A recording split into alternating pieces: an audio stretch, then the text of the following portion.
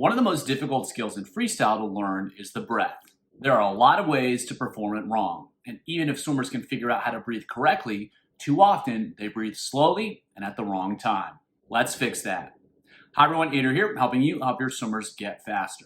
I was recently asked how to improve freestyle breath timing, particularly in swimmers that breathe really slowly.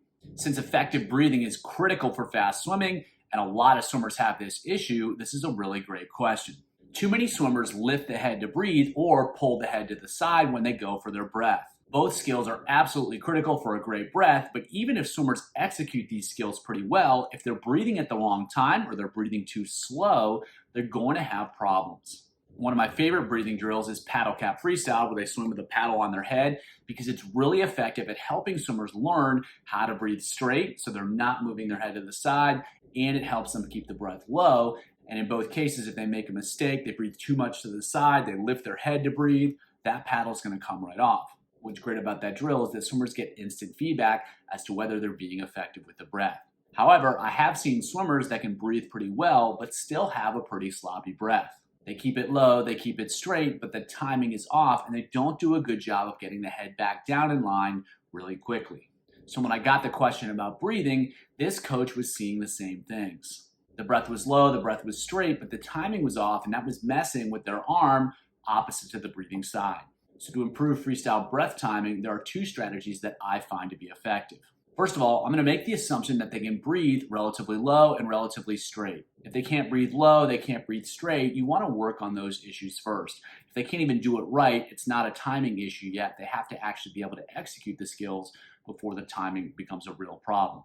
The first strategy I really like is eyes closed breathing. So what they're going to do is they're going to swim with the eyes open, and as soon as they go to take a breath, they're going to close the eyes, keep the eyes closed through the breath, and then once they get the head back down, that's when they can open their eyes up. It doesn't always work, but it usually has some impact, and oftentimes it can really make a big difference. Now, why is that the case? Well, swimmers, humans, are visual, and a lot of times they're looking for something. And so when they take that breath, they look, they have to wait, they have to focus, they want to see something on the deck or outside the pool. They see that, and then when they see it, they go back down and put their head back in the water. And that takes a lot of time.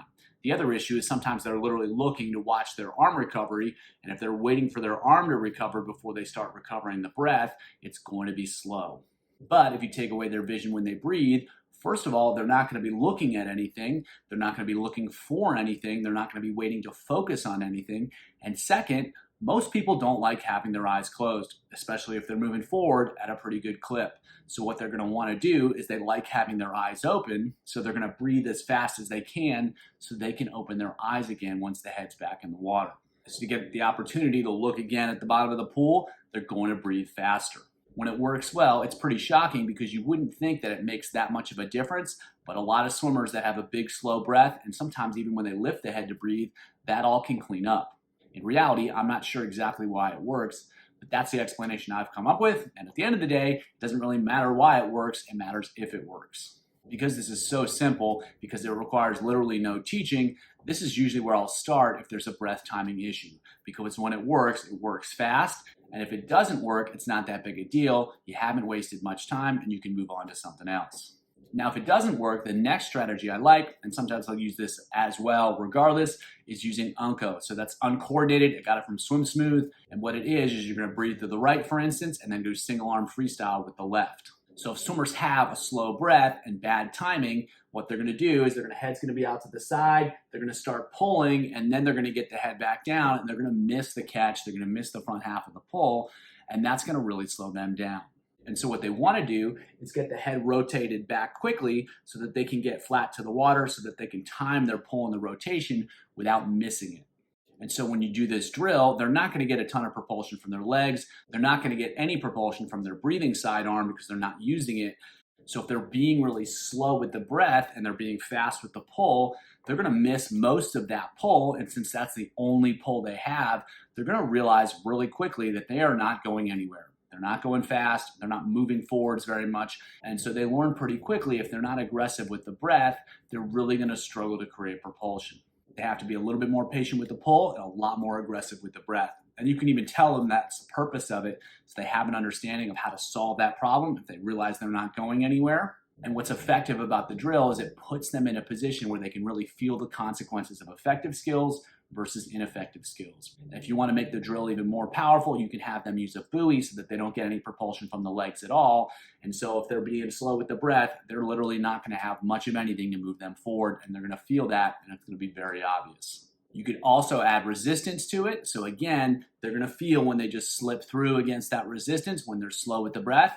And then if they're fast with the breath and they can get the timing right, then they're going to feel all that pressure on the arm and they're going to feel themselves move forward. Another option is to take away the hand using a closed fist, holding a tennis ball, something like that. So it makes it even more difficult to set up the front of the stroke. Again, it'll be a lot more obvious that they're ineffective with the breath timing because they won't be able to set up the stroke. And because they don't have their hands open, they're not going to be able to get much of anything if they're not using their forearm effectively. So you can help them feel the mistake. You can help show them the opportunity for improvement, and that helps them improve that skill. Of course, you can combine eyes closed swimming and Unco to take advantage of both strategies at the same time. They'll learn how to breathe faster because they're not looking for anything and they're trying to get the head back down, and they'll learn faster because they get feedback about the effectiveness of that arm pull. Once they start breathing faster at slower speeds, all you got to do is start speeding up the drills.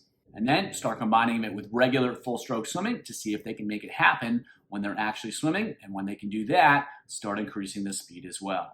And then it's just a matter of continuing to increase the challenge until they can do it at race intensity and when they're getting tired. For more about how to improve and create effective breathing, check out the video here.